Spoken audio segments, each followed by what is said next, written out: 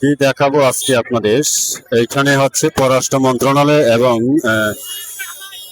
জাতীয় প্রেস ক্লাবের সামনে যে একটা জটলা এরকম অবস্থা। তেলের জন্য আসলে এত হাহাকার শুরু হয়েছে, এদের মধ্যে এখন মারামারি করার মতোই একটা পরিবেশ।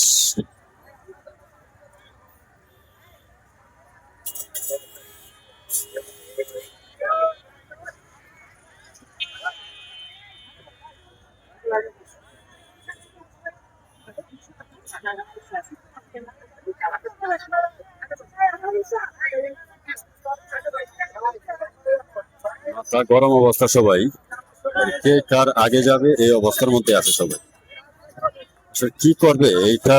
আসলে রাষ্ট্রে যদি একটা নিয়মতান্ত্রিক শৃঙ্খলা না আসে তাহলে এটা বোধহয় সম্ভব হবে না। সবার আগে দরকার তেলের যে সংকট ছিল সেই সংকটটা কিভাবে দ্রুত নির্মূল করা যায়, দ্রুত এটার সমাধান না করা যায় তাহলে বোধহয় এটা বাড়তেই থাকবে।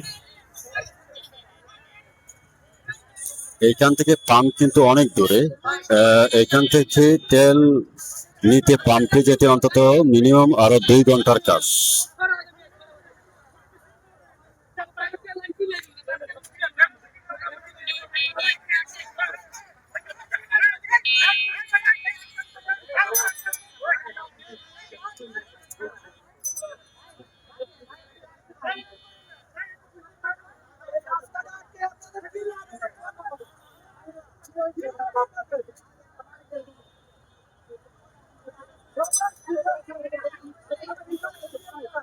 কি বলবো আসলে, এদের ভোগান্তি দেখেও আসলে অনেকটা আবেগঘন হয়ে যেতে হয়, অনেকটা খারাপও লাগে। তারপরেও তেল পাওয়া চাই, এটাই আসলে তাদের ইচ্ছা।